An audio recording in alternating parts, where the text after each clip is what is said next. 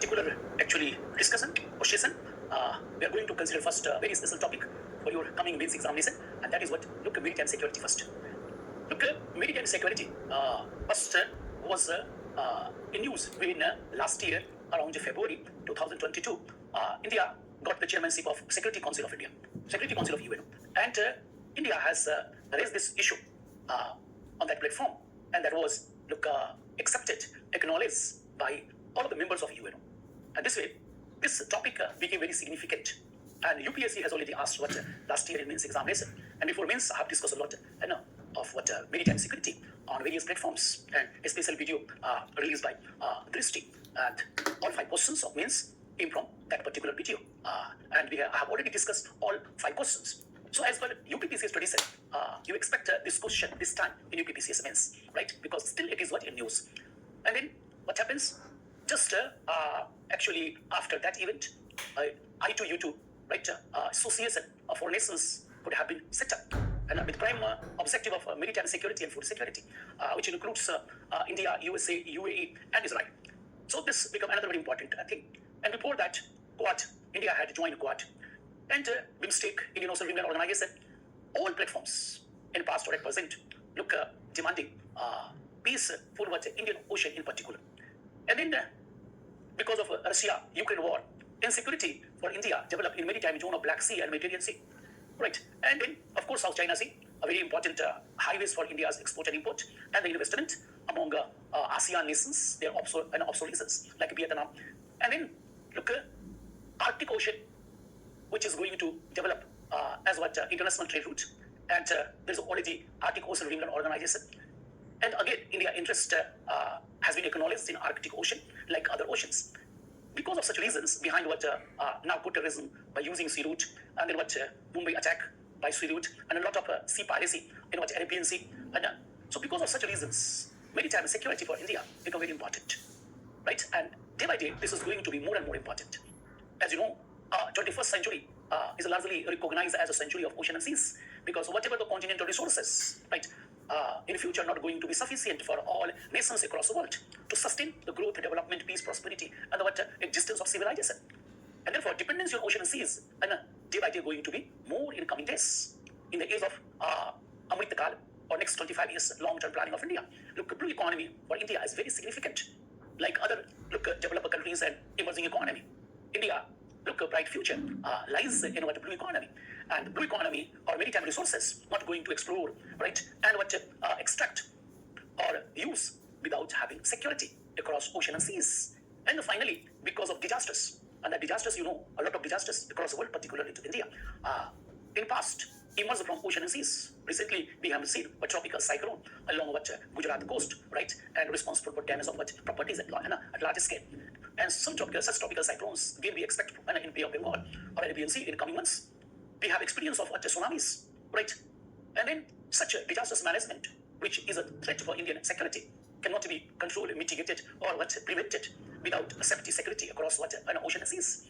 And our what growth engine or a backbone of our economy, that is southwest monsoon, and behavior character of southwest monsoon largely depends on what activities or physical features of what Indian Ocean in particular and other oceans and in general. Therefore, disasters management, southwest monsoon prediction, everything depends upon maritime security. So, surprise, look, maritime security for India is very important, right? And the newest threat India is experiencing by China in particular, that is what pearl-listing policy of China, right? An expansion policy of China in ocean and seas, South China Sea, example. And the new form of terrorism against India in the name of cross-border terrorism, right? Or look, state-sponsored terrorism by Pakistan in particular, using sea route. And what about the organized crimes, right, or other crimes India is facing as a threat for the national security or internal security? Again, that is drugs trafficking, human trafficking, right? Look, all such crimes are taking place nowadays by using sea route. So because of such various reasons, right, maritime security is not only important for India, but this is important for world peace and prosperity. And it becomes very difficult because sovereignty in ocean and seas to a coastal nation is maximum by 12 nautical mile. An economic exclusive zone is only up to 200 nautical mile. So 99.9% area of ocean seas is not under rules and regulation of coastal nation. And there is an ocean law of UNO, which is largely unregulated, not properly controlled. Because UNO not having executive its own to execute such a law properly, right? not only and having a security, and that's why open seas largely unregulated, uncontrolled, in spite of UNO law of ocean. So this make maritime security very difficult, very difficult. A member nation of UNO, like China in particular, responsible for violation of ocean law of UNO across the world, and actually responsible to create a threat for national security or coastal states in particular, like India. In such circumstances, government of India has developed a very smart mechanism of maritime security. And from that mechanism, the question has been asked by UPSC, right, last year. And you expect a new PPCS coming mains examination, right? So without a map, it's very difficult to understand maritime security. So at least you draw map of what? And look areas where maritime security is very important for a country like what? India.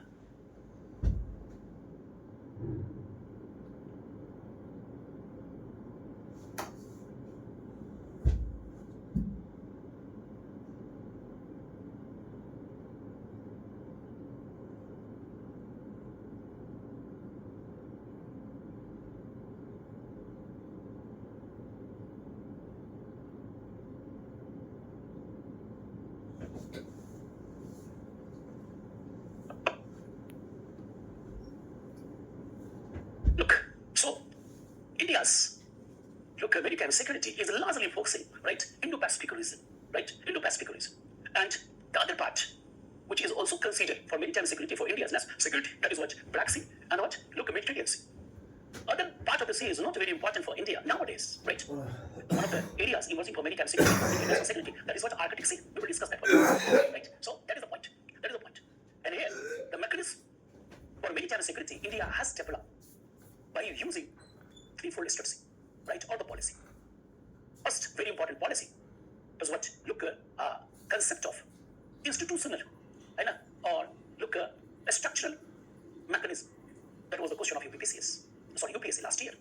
And for that purpose, India has engaged several regional, global, right, and continental organization to make Indian Ocean in particular and Indo-Pacific in general free from, right, military tussle, aggression, war, right, disputes, so that India in particular and whatever the coastal nations or states of Indian Ocean extended around the rimland of Indian Ocean can enjoy peace, prosperity, growth, and development, and also allow other nations like European nations, Russia, right, Japan, right, and country like USA, Canada, Brazil, to use Indian Ocean for their own peace, prosperity, growth, and development, right?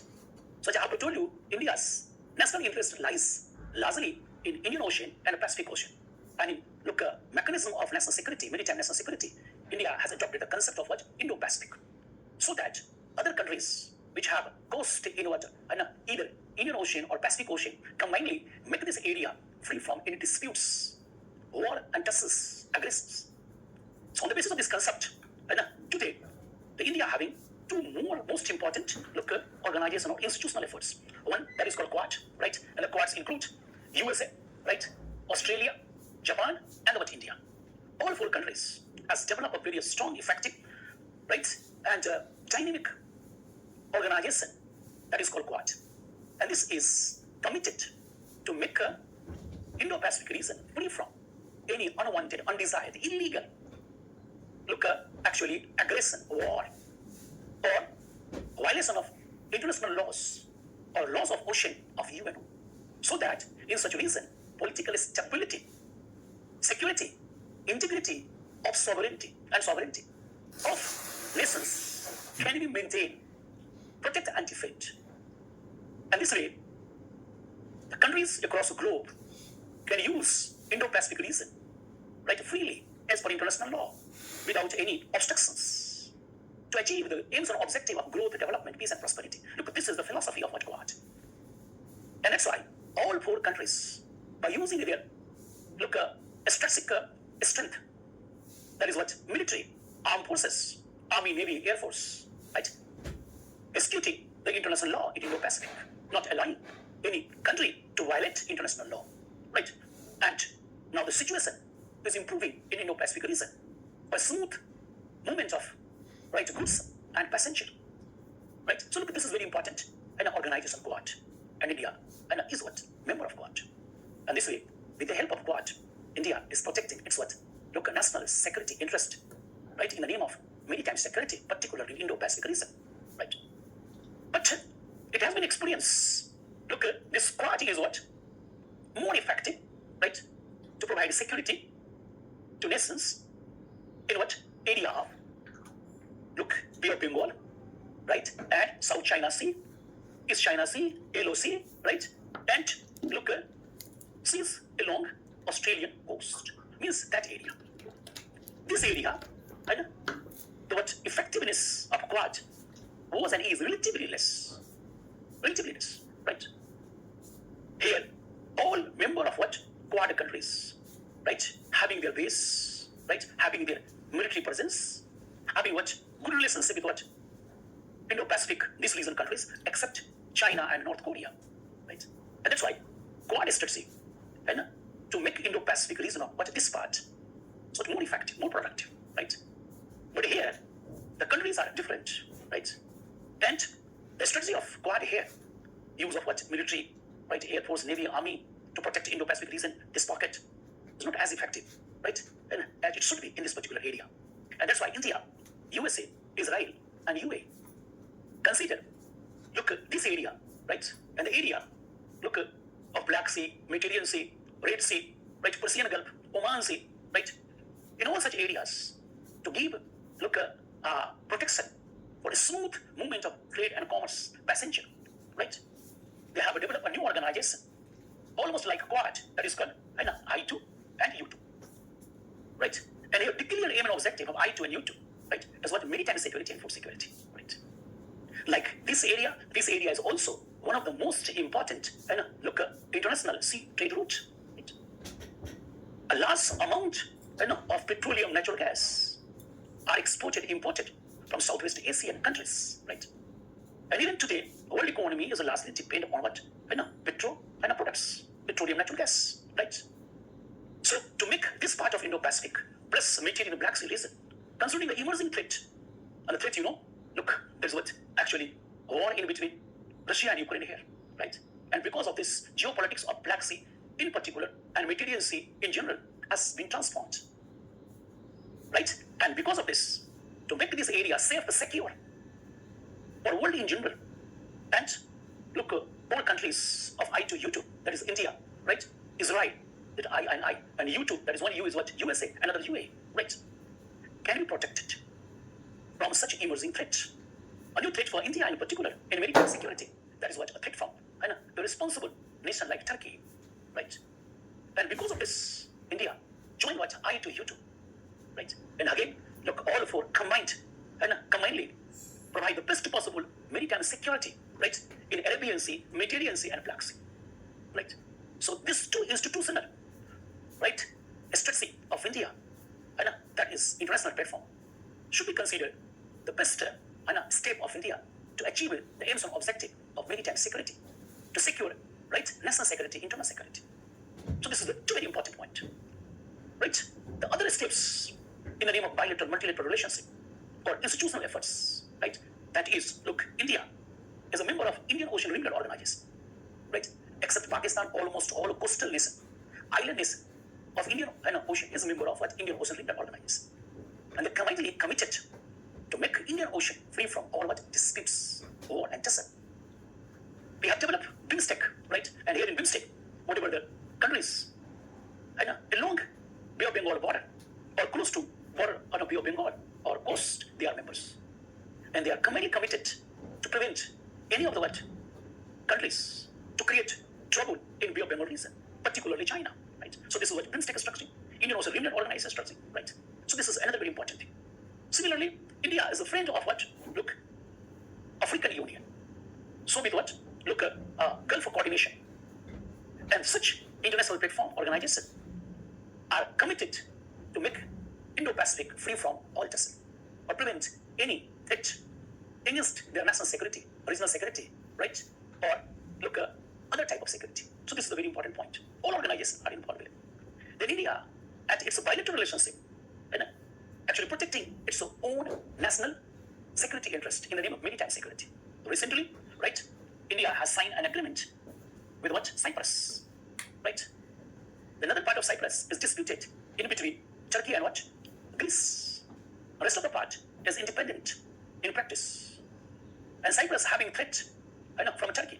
Turkey is largely behaving like a hostile nation against India, right? Having coast, look, in Black Sea, right, and Mediterranean Sea, or largely controlling the international trade route. That is what Bosporus Strait, Tunis Strait, or look, whatever the corridor, sea corridor in between, right? Mediterranean Sea and Black Sea, right? India has a lot of prospect of international trade in what such area, because this area is a Balkan area. Greece is a very important country here, right? This area is called what? Look, Caucasus area, right? This is Russia, this is Ukraine, right? And this is what the area of Eastern Europe countries like Hungary, Romania. Among all such countries, we have very bright prospect, right, for trade and commerce. And look, Turkey is a major obstruction in the past at present. To balance the power in Mediterranean Sea, we have empowered two important nations here, right? One is Cyprus and the second is Greece, by signing a strategic relationship, right? And going to set up base, military base, as per desire of concerning countries, so that whatever the trade commerce taking place here, that should be protected, right? So except Turkey, all of the Mediterranean nations, Black Sea nations, Caucasian nations are great friends of India, including Ukraine and Russia. So look, this is what at a bilateral level. Bilateral level. To make Turkey hostility, right, look, ineffective, India has recently played very important role. When there was a disaster in Turkey caused by a severe earthquake, India was the only country which has given maximum help to Turkey to rescue life and properties, right? If you consider such help given extended by India, that is a help of millions of dollars, right? So that Turkey should not continue with hostile behavior against India. So this is another very important strategy of India. And the very latest one here, happened, that is what, look, this particular nation, this is called actually Egypt. And Egypt has signed a special bilateral agreement with India just 2 days back, right? And going to allow India to control, regulate, what? Suez Canal route, right? Suez Canal route. Has signed a defense agreement with India. And India is going to give very sophisticated, right, arms formulations and technology to Egypt. Today and tomorrow, India will be capable to make a base, right, in actually built of Suez Canal route or some other actually area of Egypt. And this way, what happens? Maritime security can be maintained. Similarly, India has signed bilateral agreement with what? Look, a country like Mauritius, look, Seychelles Island, right? Then with Tanzania, Mozambique, right? And because of this, what happens?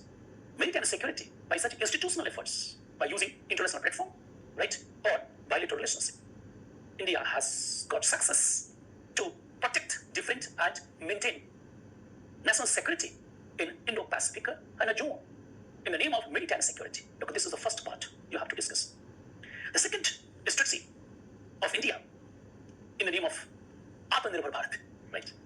That is develop its own network of maritime security. And for that purpose, India has developed very significant thing that we call what? Look, NAVIC project, which is based on 7, right, geocentric satellites, right? And such satellites, 1, 2, 3, 4, has allowed India to develop a regional global positioning system, which covers, right, Southwest Asia, Eastern Africa, right, most of the part of Pacific Ocean, right, Central Asia, and Southeast Asia, right? In this zone, any ground object, right, sub-water or subsurface look objects, either static or moving, right, or aerial objects can be easily identified and can be easily located by using or knowing their coordinates, 3 coordinates, that is latitude, longitude, and altitude. So such targets, location can be easily, right, understood and then identified. And as per look, the object, nature and feature, and its location, Air Force has been empowered to take action accordingly. Suppose that is what, look, actually, aggressive object against India's national security, right? Such object is going to be neutralized.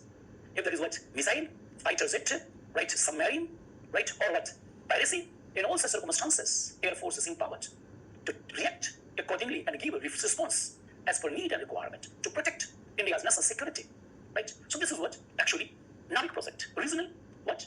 Regional global positioning system. And as per plan, right, look, the 7 satellites, geostatic satellites, network is going to extend it by adding more and more geostatic satellites. And that would be the network of 11 satellites. So the coverage for maritime security geographically going to be extended in near future. And finally, we have to orbit 24 geostatic satellites. One satellite's swath is what? Or coverage is what? 15 degree. So if there's a 24 satellites, this would be 360, means whole globe. And this way, any insecurity or threat from ground, from sea, from air, that can be easily track and treat, right? In the name of cold start doctrine, study I have discussed. So look, this is what actually backbone of India's maritime security, which is very effective productive at present and future to secure India's national security. That is the point. And this is totally indigenous. This is totally indigenous, right? Next very important component, right? We are doing here in this particular area in the name of maritime security or security Indo-Pacific region. We are giving emphasis to modernize our navy in particular and armed forces military in general. We are not as stronger as China in ocean and seas. To make India self-reliant, self-sufficient in maritime security, we need a very modernized, upgraded, right, navy and actually force. And that is what we achieve in the name of Atmanirbhar Bharat, right? Make in India, made for India, made in India. And that is going on. India has developed to one of the largest, right? Battleship, right? Or a carrier, right? Quite competent to do surveillance against the mischief of Pakistan and China in particular, right? We have developed several destroyer, right? And we have developed our own nuclear submarine, right? To make this particular project much stronger within shortest possible time, India has signed a strategic relationship with France, with USA, with Germany, with UK, right? With Japan, and all together assisting, helping India to modernize its navy, make navy much stronger than China, a real threat in Indo-Pacific region, particularly the area of ocean seas. And that is going on, right? And for that purpose, we are working for theater command. We have already actually developed India's one unified command on Southern Nicobar. And the unified command is nothing but command integrated Army, Navy, Air Force. And our large military base has been set up here. And at the gate of Indo-Pacific, right? So that any threat coming from China's side can be neutralized here by using the unified command center, right? That is a very important point we have developed, right? And finally, we are going to execute an integrated or unified theater command in near future, right? Study I have discussed, or day before study I have discussed. Look, this is India's own actually own effort, right? And then whatever our maritime border management, as I have told you, this has been transformed into scientific and smart border management to provide maritime security, to secure national security or national interest of India, right? So look, these are India's own steps of maritime security. The very important point. And why we are doing so, I have discussed. And we are getting very, very, actually great success, right? That is tremendous success. So look, this is actually the second part of our discussion in the name of maritime security. And the third part, that is legislative step. So, Antarctica Bill was introduced in April 2022 during budget session. And it became an act and law during monsoon session, that is August 2022. That is Antarctica Act. This is a legislative step of a government of India, right, to actually acknowledge maritime security as integrated part of India's national security. As I have told you, UNO having its law to maintain, regulate, open seas or ocean and seas, but it has no network, effective protective network of an execution of such type of laws, right? Prosecution against the violence of law and punishment in case of violence. So execution, prosecution, and punishment. These three areas of UNO is either not existing or the effect or impact of such prosecution and punishment is negligible. In recent past, International Court of Justice has given judgment against the act of China in South China Sea, right? But that particular punishment has not been executed, right, against China. in spite of proper prosecution and interplace to court of justice. So whoever the competent member of UNO have been mandated, right, to execute international law, right, of UNO on real ground by using its own legislative executive power. So acknowledging this particular inherent mandate, India has made Antarctica what act, right, so that it can protect its own national security interest on one hand and world maritime security on the other hand. So on the basis of this particular act, look, whatever the territory south of 60° south latitude, right, India's Antarctica Act and bound to be executed, right? So on the basis of this act, area south of 60° south latitude cannot be abused, misused. Their what physical environment cannot be damaged, including most of the part of Antarctica, right? The biodiversity of such area, which is the real biodiversity, right, cannot be adversely affected. So on the basis of this law, no nation can abuse and misuse the physical environment, biodiversity of this area. Otherwise, India will take action as per international law of ocean or environment law of UN, right? Look, this is Antarctica Act. Why we did so or doing so? Very simple. Look, Antarctica is what you can consider strong engine of world's or global climate, weather and seasons, like Arctic Ocean. So if the area of Antarctica and whatever the Southern Ocean going to be affected in the name of what? Look, exploitation of resources, so-called exploration, right? In such case, India's national interest as well as global interest is going to be actually destroyed. So to make such area safe, India has implemented Antarctica Act, right? And doing what? Surveillance and vigilance, not going to allow any country to violate international law here. Remember, this is the area directly related to our southwest monsoon, right? So this area is going to experience ecological imbalances, right? Melting of what? Ice and snow and glacier with faster rate, right? There would be automatically adverse effect on our weather, seasons and climate. And that is going to destroy life and property, institutions and values of India, which are the subset of national security. So look, this threefold strategy, India have implemented, right, in the name of maritime security, right? And beside these steps, look, every time some more step, added by India. Look, to make Arabian Sea free from sea piracy, India has compelled UNO to extend, look, the action, legal action taken by India against such sea pirates, right? And that longitude has been extended almost up to India's economic exclusive zone. So from India's economic exclusive zone to what, look, Red Sea, right? India is capable or has mandate to take action against all sea pirates, so that our export-import, right, international highways, sea highways must be safe, smooth. That's the point. So such a step you cannot, right? And India has developed disaster management a strategy, right, in Indo-Pacific zone, particularly in tsunamis and what tropical cyclones, right? India has, look, installed 6 or 8, look, sensors on the bottom of sea, right? That is in the area of Andaman Nicobar zone and the area of Lakshadweep mini Nicobar, right? Which are situated on margins of plates, either conversing, diverging, right, or conservative margins, which are prone to submarine earthquake or volcanicity or volcanic eruption, right? And responsible for tsunamis in past and in future.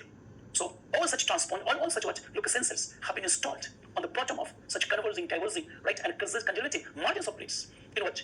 Bay of Bengal and in Arabian Sea, so that, look, earthquake intensity, frequency, right, can be easily traced. The amount of energy released by submarine earthquake can be easily traced. And on the basis of such informations or data, by using supercomputer, right, Indian scientists can, look, predict tsunamis of different magnitude and the area going to affected by such tsunamis. And for that purpose, we have, look, early tsunami warning system headquartered at Hyderabad.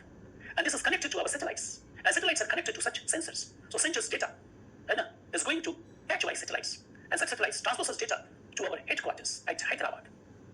And within a fraction of seconds, we can predict tsunamis and having enough time to protect life and property in coastal area and islands, right?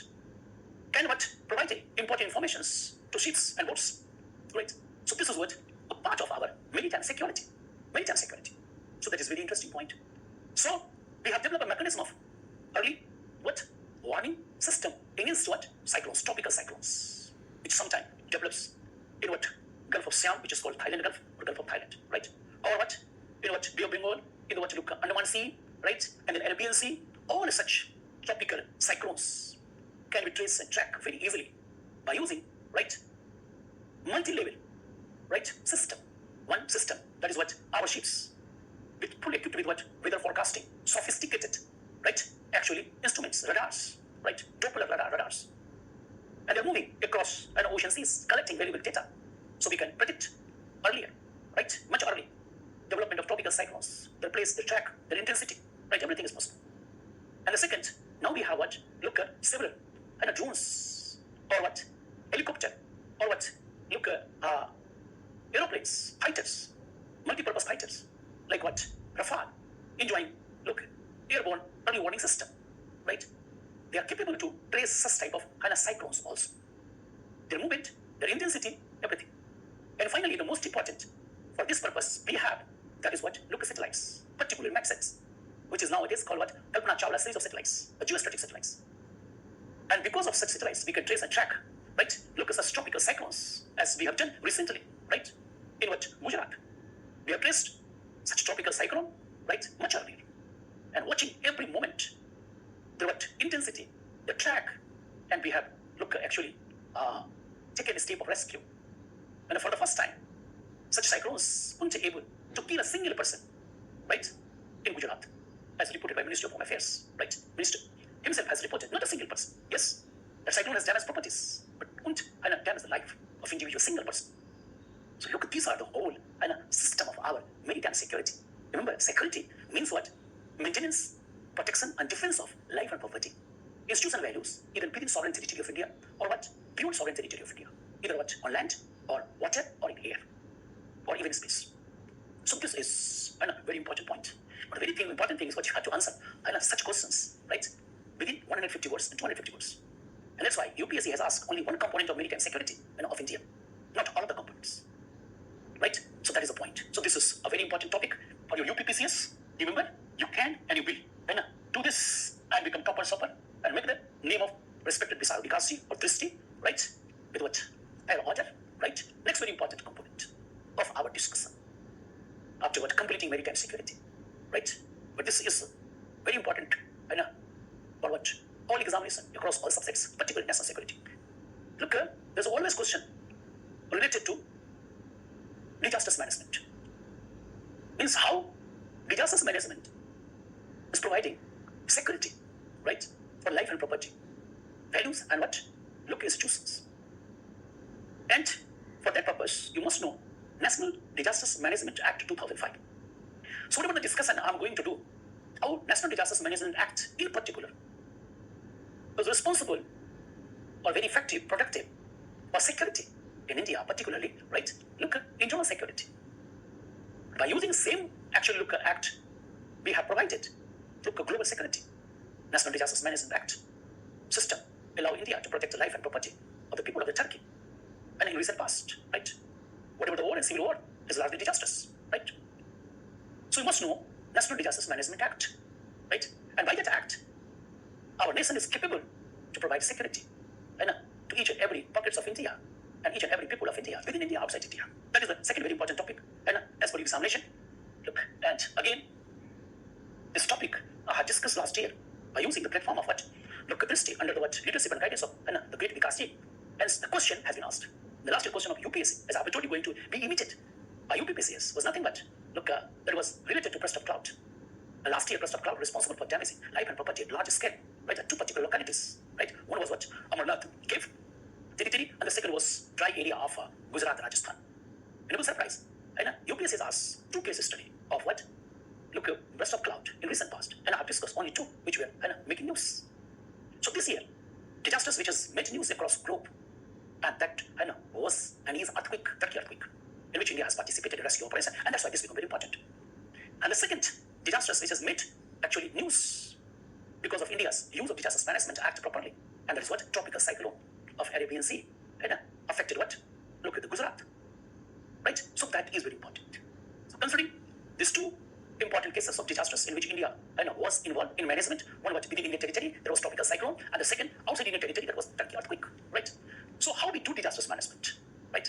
Again, the disasters management model of India is now an integrated part of what inclusive development model, right? Because it has proven its utility worldwide. We are not using this only within India, but has used and will use across the globe, right?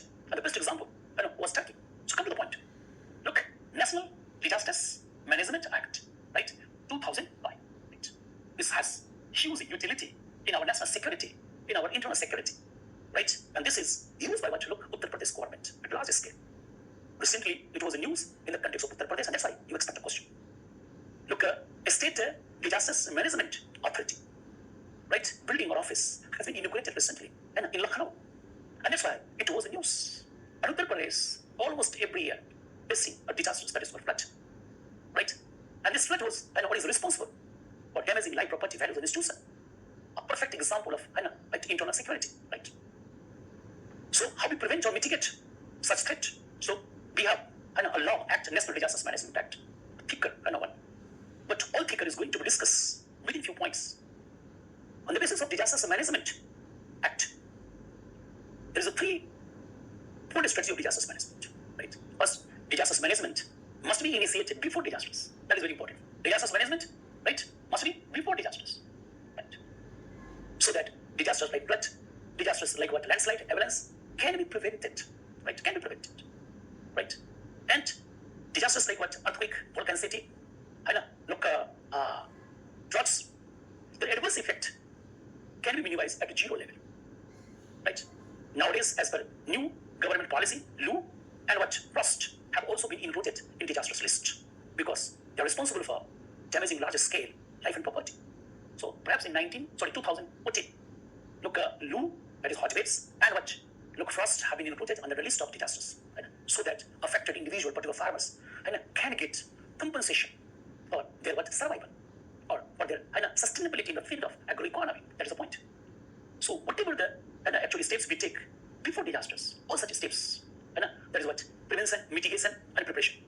Prepare ourselves to face disasters, that is preparation.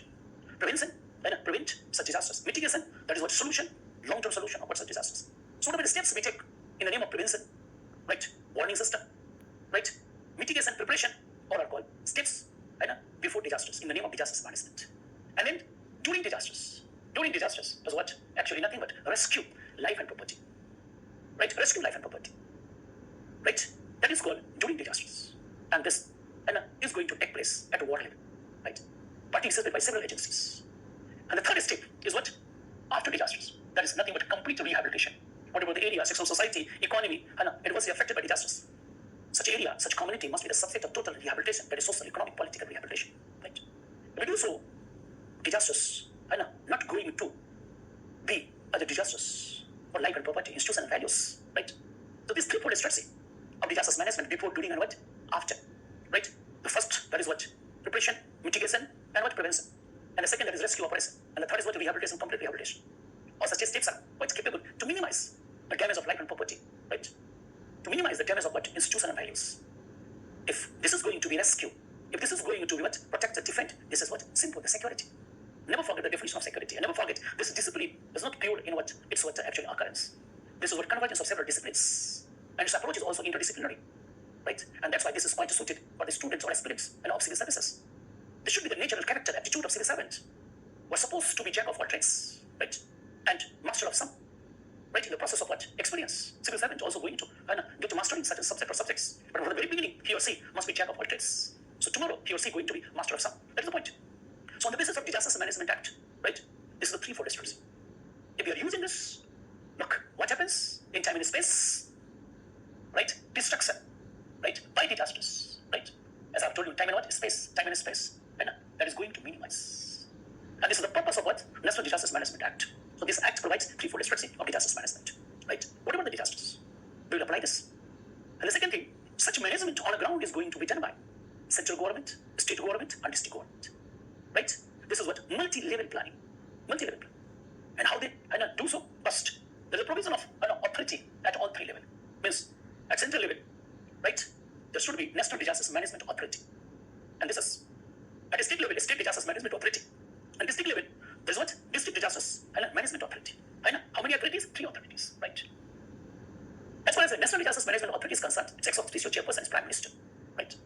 And this authority is responsible to form blueprint or long-term, short-term planning of disasters management across India or across the world nowadays, right?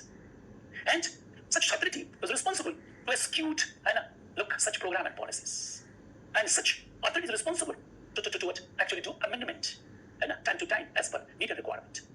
So formulation of policy, implementation of policy, and amendment of policy are 3 very important responsibility, accountability given to what? Look, authority.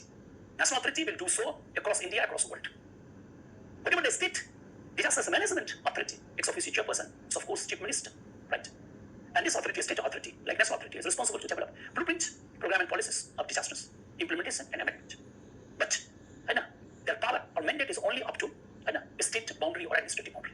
So Uttar Pradesh government, which has inaugurated a state disasters management authority building office, is responsible to formulate policy, implement policy, and amend policy across all 75 districts, right, of a state, and is responsible to execute national disasters, right, actually program and policies. That is a very important point. The third authority at district level, an ex-officio chairperson of district disasters management authority, is what DM, district magistrate, IS. And same thing he or she has to do across district. That is what you call tehsil, across what thanas or blocks or across villages, towns and cities, right? Look, that is formulation, right, implementation and amendment of what policies. That is a very important point. Similarly, in disasters management act, national disasters management act, remember either man-made like COVID-19 or what natural. The second component of disasters management that is what? Look, actually committee. And here committee is 2 types. One is executive committee and the second is what? Advisory committee. And again, all committee, either advisory or executive, should be available at all 3 levels. That is A3 and A3. Right? All 3 levels. And that is what? At central level, we call it what? Actually, look, E3 and A3. That is what? National Disasters Management. What? That is national level. We call it what? Central Disasters Management. What? Actually, executive committee. And this is headed by, look, our senior most IS, highest post of IS, that is called cabinet and a secretary. In reality, this is responsible for execution of national disasters policy across India with the help of the state government on behalf of authority. And this is going to seek aid and advice from advisory committee. And this advisory committee is constituted by the individuals having huge expertise, right, experience in the field of disasters management. So both would be available at central level, state level, and what? District level. Very simple. Same work, right? And finally, the third component of disasters management, that is what? Response force. So that should be available at all 3 levels. NDRF, that is National Disasters Response Force. SDRF, that is what? State Disasters Response Force. Most of the largest states have already developed a State Disasters Response Force. We have already National Disasters Response Force. And this should be made available even up to district level. And that is nothing but at the district level, there should be what? As I have told you, District Disasters Response Force, which has not been constituted till now across India, right? In near future, we will see this. On the basis of National Disasters Management Act, whatever the program and policies, formulation, implementation, amendment, at all 3 levels, first there is a need of what? Fund, right? There's a need of fund, right? Fund is very important. So, fund, national fund, state fund, and district fund. So that at the time of disasters, the individual authority is not going to manage or source fund. Justice delayed, justice denied. So there should not be any delay. Therefore, fund must be available before disasters, so that management, disasters management can take place before disasters, during disasters, and what? After disasters. So fund is very important point. So as I have told you, fund. Then second thing, there should be participation. Of what? Participation of what? Civic society, right? Media and what? NGOs, right? So that whatever the gap in disasters management on the ground, that could be bridged by NGOs, media, and what? Civil society, and the protect life and properties and institutions and values across India. And finally, that is what? International relation, right? So that we can actually get valuable informations regarding weather forecasting, right? Drought, flood, health of monsoon, right? Tsunamis. Look, we are part of what? Tsunami warnings and a system, council, international organization, right? So this is what actually our National Disasters Management Act. And this is in practice.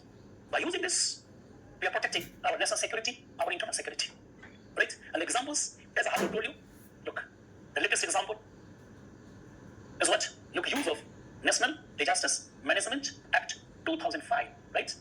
In what? Disasters management in Gujarat in particular, just a few days back, which has been affected by what? Look, a cyclone, right? And this cyclone is largely affected, right? Such area of India, right? And this has originated, right? This has originated. Look, this is low pressure. And this is what? Cyclone. Right? Generally, tropical cyclones develop in what? Arabian Sea are not supposed to affect western coast of India, but affect Pakistan because Earth is rotating from west to east. So its tracks should be like that in time and space. And going to affect what? Look, coastal part of Pakistan. Right? This is the general track. But because of what? Pressure gradient, this rotation law is not going to affect it always on this particular direction. So this has a move what? Like that. Like that. So this particular cyclone, on the basis of Disasters Management Act 2005, actually look, pipe. What we did in the name of actually disasters management, national disasters management, look, P2 work of before disasters. And before disasters, this area, the cyclone prone area, we have developed transportation, communication, right? And habitat. Look, construction, roadways, railways, right? Look, houses, which can sustain in the case of what? Tropical cyclone. That is what? Before disasters. Knowing every year, this area is going to affect it. So whatever the network of transportation or communication, right? Construction, all should be developed as a what? Use of what? Cyclone resistance technology. Either the construction, transmission, or communication, right? There should be underground transmission. There should be underground cable for what? Communication, that is fiber optic. This would be very effective. And whatever the constructions, right? Building of institutions, worship, all should be developed. And with the technology that is called cyclone resisting technology, right? The whole area must be forested, particularly the coastal area. So whatever the high waves at the time of high tides, right? That can be, look, actually checked by trees. And there should be what? A very, very important, look, boulders, cobbles, so that high tides, high waves, the strength can be decentralized, right? The trees is going to also minimize the speed of an wind by blocking it, so that beyond coast, inside continent, the destructive effect must be minimized. Look, this is the what? Before disasters planning. And this planning is going on, right? As per this law. So in past, whatever the damage, this time the damage could have been minimized, right? So this is what? Actually, look, mitigation. Right? And then, that's very important thing. That is what? Look, we did what? Protection. Whatever the lives here, they have been shifted on safe destination. Whatever the transportation network here, either off coast or on coast, those have been blocked for time being, right? Whatever the network of transmission at the time of what? Look, disasters, right? Going to be damaged. So those have been protected too by using different devices. That's the point. This is what, actually, look, protection. We protected life and properties, right? Not allow fishermen to do fishing. And the third, that is preparation.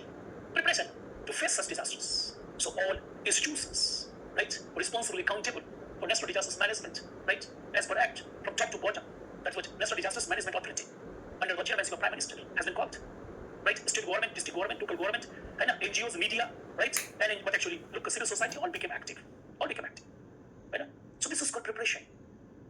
Look, prediction has been done. Traced what's a cyclone, the track, the velocity, the probable area of effect, right? That is called landfall. Means when and where the cyclone is going to collide with a particular coastal and localities. That is called landfall, right? And the point of landfall is going to be most actually affected and most adversely. So that is a very important point. This is predictions. So the second level we did, that is what actually during disasters. So during disasters, what we did, first of all, look, whole network of transmission supplying electricity that has been actually discontinued. In the area of disasters, look, common man has not allowed to visit, right? Only responsible individuals are there. Third, whatever the actually National Disasters Response Force, State Disasters Response Force, right? Look, civil defense units all became active to rescue individuals, their life and property at war scale. Give them what? First aid and proper treatment, right? Give them what? Drinking water, safe and drinking water. Look, food, all these things have been given during disasters for several successive what? Actually hours. So nobody is going to die because of what? Look, certain and actually damage of his or her organs, right? That is the point. Sheep's bones have been rescued, right? Whatever the trees uprooted, whatever the poles uprooted, all have been actually cleared by the response force. So this is during disasters. Nowadays in such area, what happens? Rehabilitation is going on. By taking relation and a past rehabilitation is going on. And rehabilitation is social, economic, and political rehabilitation. The individuals are going to actually get to their shelters. If the shelters are damaged, government is giving compensation. Agencies is giving financial support, right? That's a very important point. And with the help of such supports, the houses are going to be reconstructed, right? Rebuilt, renovated, right? And similarly, with the help of government, NGOs, and other agencies, they are going to revive their economic activities. And similarly, the political rehabilitation, whatever the government organizations, agencies, there, either bank, LIC, GIC, whatever, district headquarters, whatever, local self-government, all are going to become proactive. And this way, the adverse effect of cyclone, which may be extended or prolonged in what coming months or days, that could be minimized. And this way, we have got success, right, to protect life and property, institutions and values by using National Disasters Management Act and Western Gujarat in particular. So this is ultimate example of what? NASA security, internal security. So this is very significant point, important point, right? Similarly, same thing we did well in Turkey, right? Look, this is what Spanish Peninsula, this is Italian Peninsula, this is Adriatic Sea, this is Greece, this is what Black Sea, this is Sea of Azov, right? Look, and this is what Turkey Peninsula, right? Western Asiatic region, and now we are getting into African continent. This is Arabian Peninsula, this is Iran, and this is of course Indian subcontinent. This is Caspian Sea, right? And this is largely, you can consider what? Turkey, right?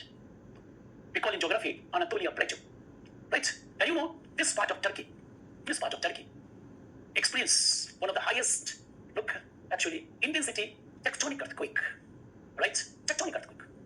So whatever the earthquake, vibration, oscillation on Earth's surface caused by internal force, that is called tectonic earthquake. So to get the maximum possible marks, to be topper, you must write in better way, in different way.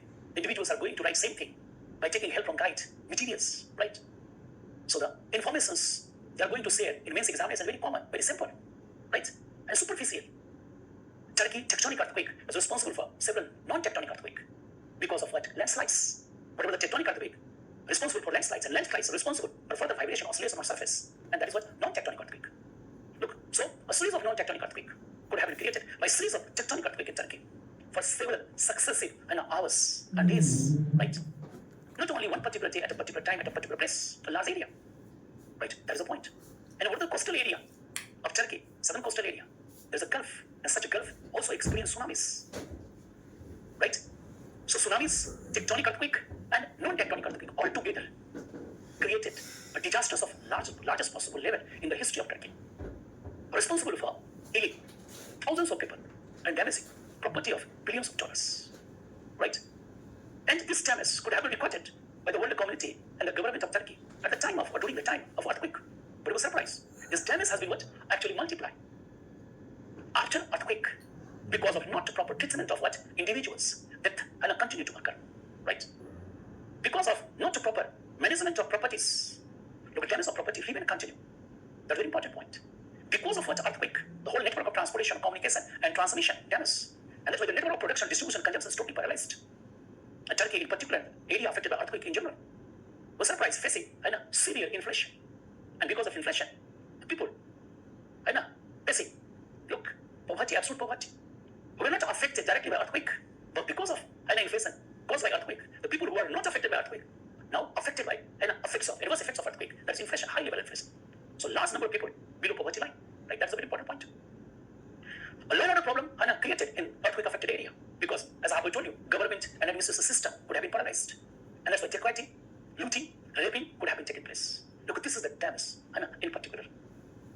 Now the question is what? How this happened? This happened because of what?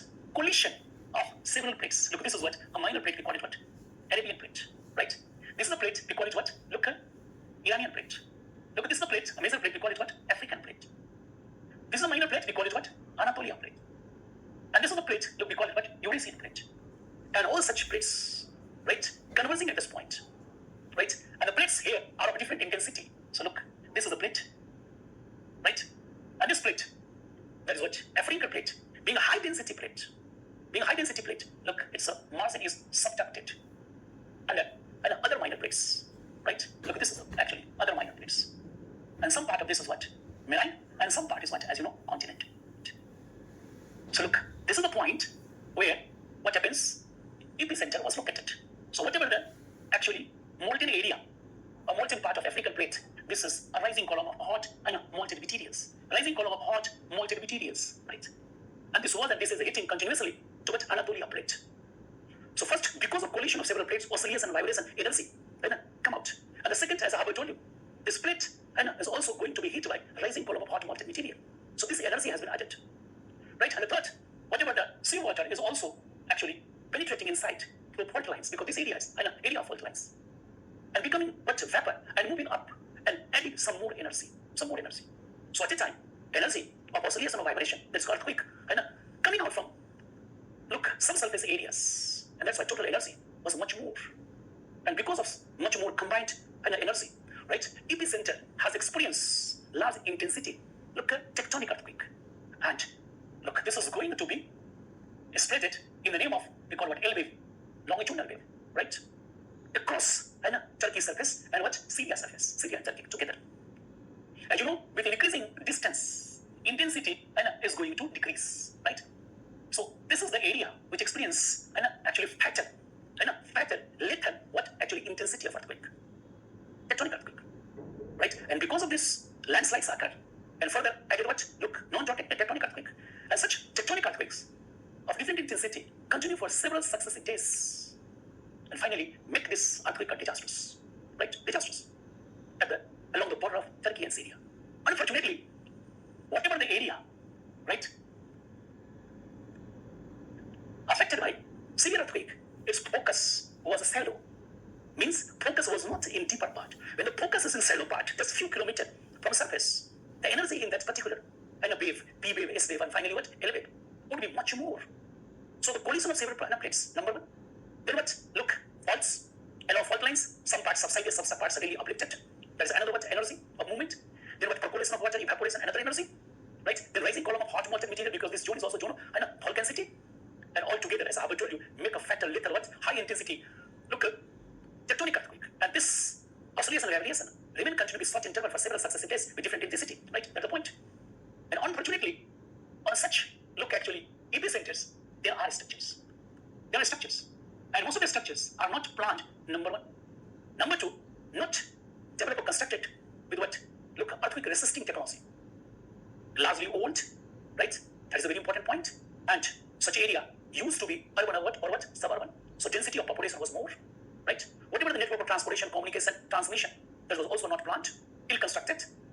And because of such a reason, look, because of isolation, vibration, the center of gravity shifted of such a structure, and finally structure going to collapse, particularly multi-story buildings. And whatever the life and property inside, that has been damaged, right? And whatever the network of transmission electricity that is responsible for what, short circuit, fire, whatever the small dams, barrages, right, those have been damaged and create flood-like situation. Whatever the rivers there, because of such high intensity, look, has shifted its course and submerged in a settled area, right? Whatever the hills and mountains experiencing, what, landslides, and landslides area on slope and valley, damage life and property. Whatever the coastal area, gets tsunamis and damage life and property inside sea and what, offshore as well as onshore areas. So this is the point. Means Turkey has not developed the network of national disaster management, act like a network, right?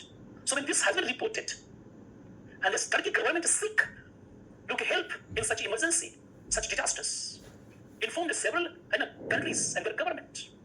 India, which has developed, this is a very important point, India, which has developed a network of disaster management, not only for people of India, we have Plan B also, and the Plan B for disaster management we have evolved, for the what, country like Turkey or other what destination.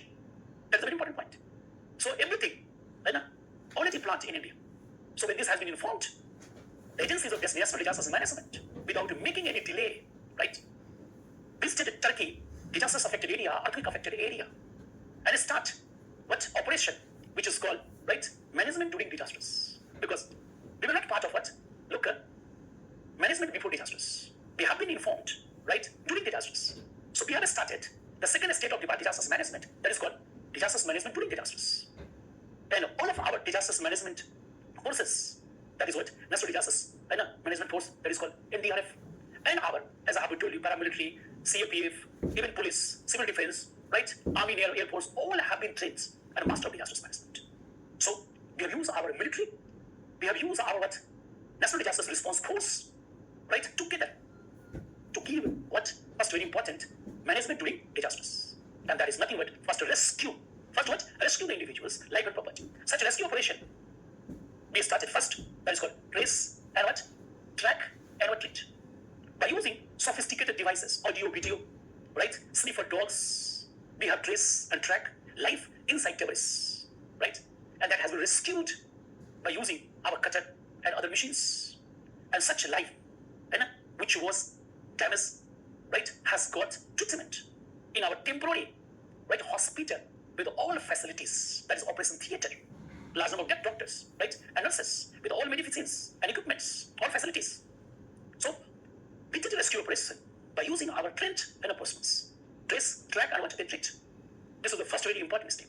The second, we did providing, and them what, look actually, food, right, food, water, which is very important for their life, and then providing them shelters, safe shelters, right. So this is what rescue operation did by Indian government and its agency at large scale. Remember, India was the first country, in spite of much distance, reached there and did rescue operation on various destinations, right? In rural areas as well as urban areas. But even rural areas where there was no facilities. And because of such a rescue operation, we have proved our mastery in disasters management, right? And a commitment for humanity, right? And what, look, Vasudhaiva Kutumbakam, in spite of that, Turkey for past several decades playing a very destructive role against India's national interest, provoking Pakistan, facilitating Pakistan to continue with cross-border terrorism or aggressive posture against India or Indians, right? That is the point. So look, this is a very important point. So this is actually rescue operation, right? And nowadays that area is experiencing management after disasters, but because of shortage of fund, not having expertise, that government is not responsible, sensible, accountable. That's why disasters management after disasters is not taking place in proper manner. Unfortunately, we were not part of disasters management after disasters, right? So what is this?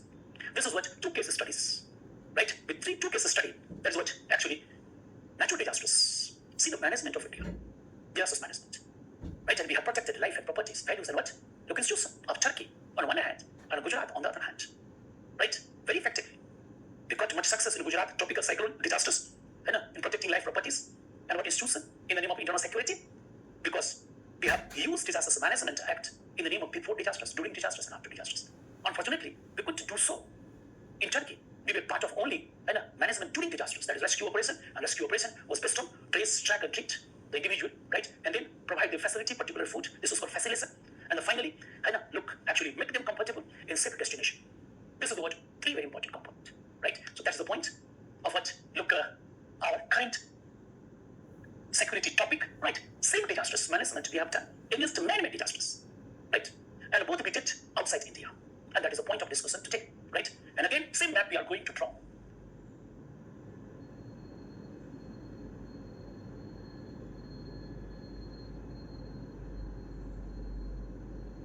Look, this is what actually Ukraine, and this is what Russia, and this is what Sudan. So we did the disasters management outside India in recent past. One that is what, look, Ukraine, where Russia-Ukraine was going on, right? And the second, look, in Sudan, which was and is experiencing a civil war. So this was war in between two countries, Russia and what, Ukraine. And the second is example, a country which was and is facing civil war. In both of the actually areas, we did disasters management by using effectively, perfectly, National Disasters Management Act outside India, right? And to protect life and property of Indian citizen in particular, and citizen of different country in general. This is a perfect example.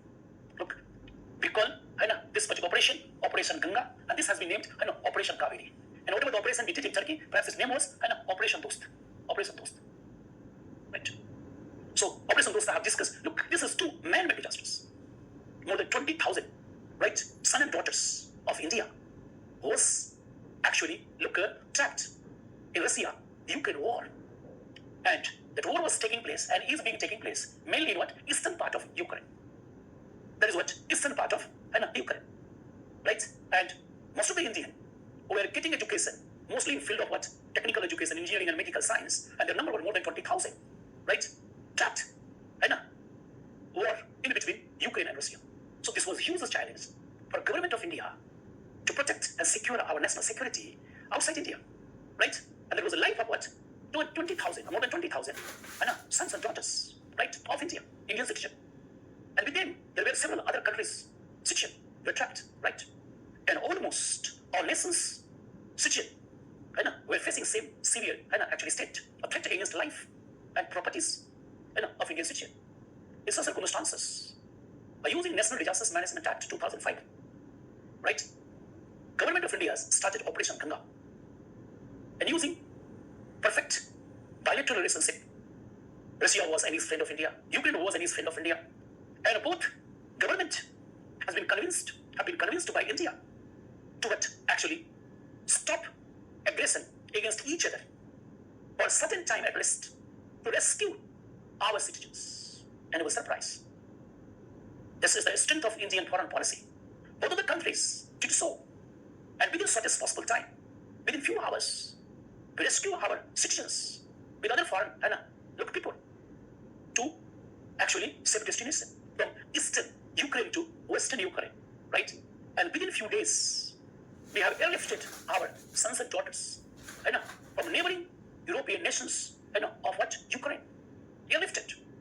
And in this particular rescue operation, to protect national interest, right? Foreign ministry or Ministry of External Affairs, Ministry of Defense, Ministry of Home Affairs has done excellent work with proper coordination and cooperations, right? And this operation could have been recognized world as our most successful operation. Even Pakistani have been rescued with Bangladeshi, Nepali, Sri Lankans, and what African people, right? So that is what actually a good example of man-made disasters, from where we did the rescue of our what? Lives and the properties. The next very important example of national security, right, outside India, recently happened at Sudan. Sudan is a neighboring country of participants, right? Chad, right? And so with South Sudan. So with what? Ethiopia, right? These are what neighboring countries of what? Sudan. And South Sudan is what disintegrated part of Sudan. Now it's what independent country. So in Sudan, right? Because of civil war started because of confrontation in between military and what? Paramilitary forces.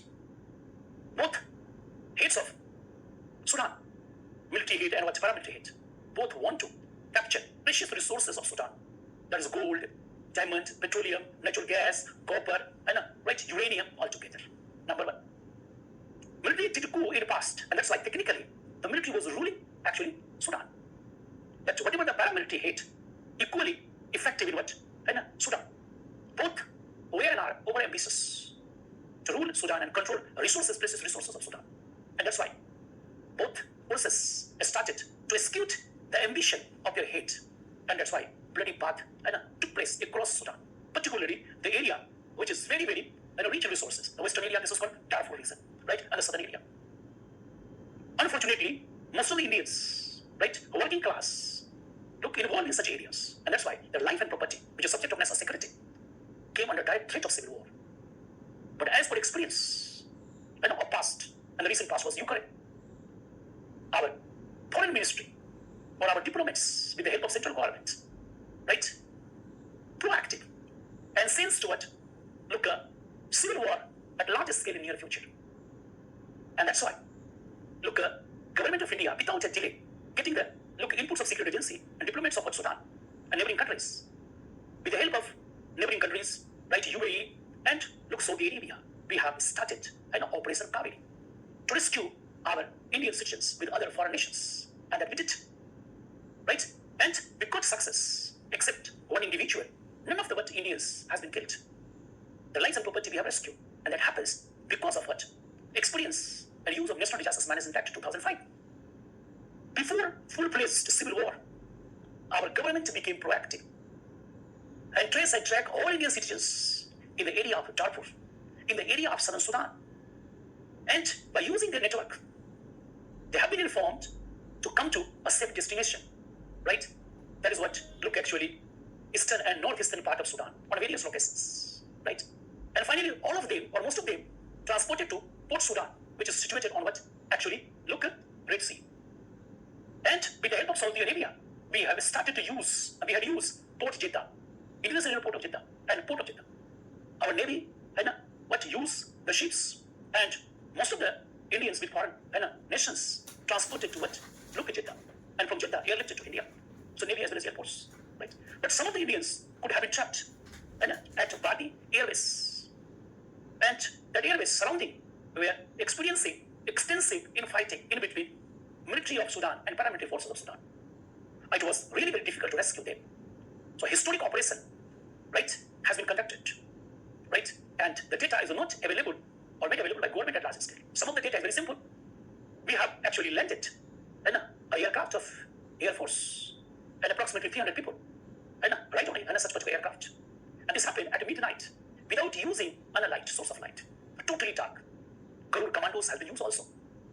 And without any casualty, all individuals who were trapped at Badi Airways has been rescued or airlifted, right? Look at this, another good example. And this we did so very soon that because of sensing, right, look, civil war, even before full-fledged civil war. That is what actually we have got some time to do management before disasters. It was a time about preparation, right? Tracking our people, collecting them or shifting them to a safe destination, and then we start what? Operation Kaveri. We have used several ships, perhaps 6 ships, and we used, and more than 20 flights we have conducted or operated. And that has been possible, could have been possible because of, right, good foreign relationship. Support has been given by UAE, support has been given by Saudi Arabia, support has been given by Egypt, and a Chad, right, and South Sudan. Some of the people of India could have been crossed, right, the border and went to Egypt, Chad, and South Sudan or Ethiopia, which were safe for Indians. So this is again all about Operation Kaveri. So Operation Kaveri, Operation Ganga, Operation Dost is the ultimate example of national security, right, which has been protected, defended outside India in most difficult situation, right? And it would have been possible because of Disasters Management Act 2005, right? That is very important example. And recently we did so in Gujarat against a tropical cyclone. So these are current topics. So tomorrow will be your last class. So I think whatever some new topics that also discuss, and we focus mainly how to write competitive answer to make you people topper, give you actually highest possible rank, right? And become a civil servant STM. Okay? So till now, to say you bye, right? See you tomorrow. And that's what actually still, good morning, right? Namaskar, pranam, thank you.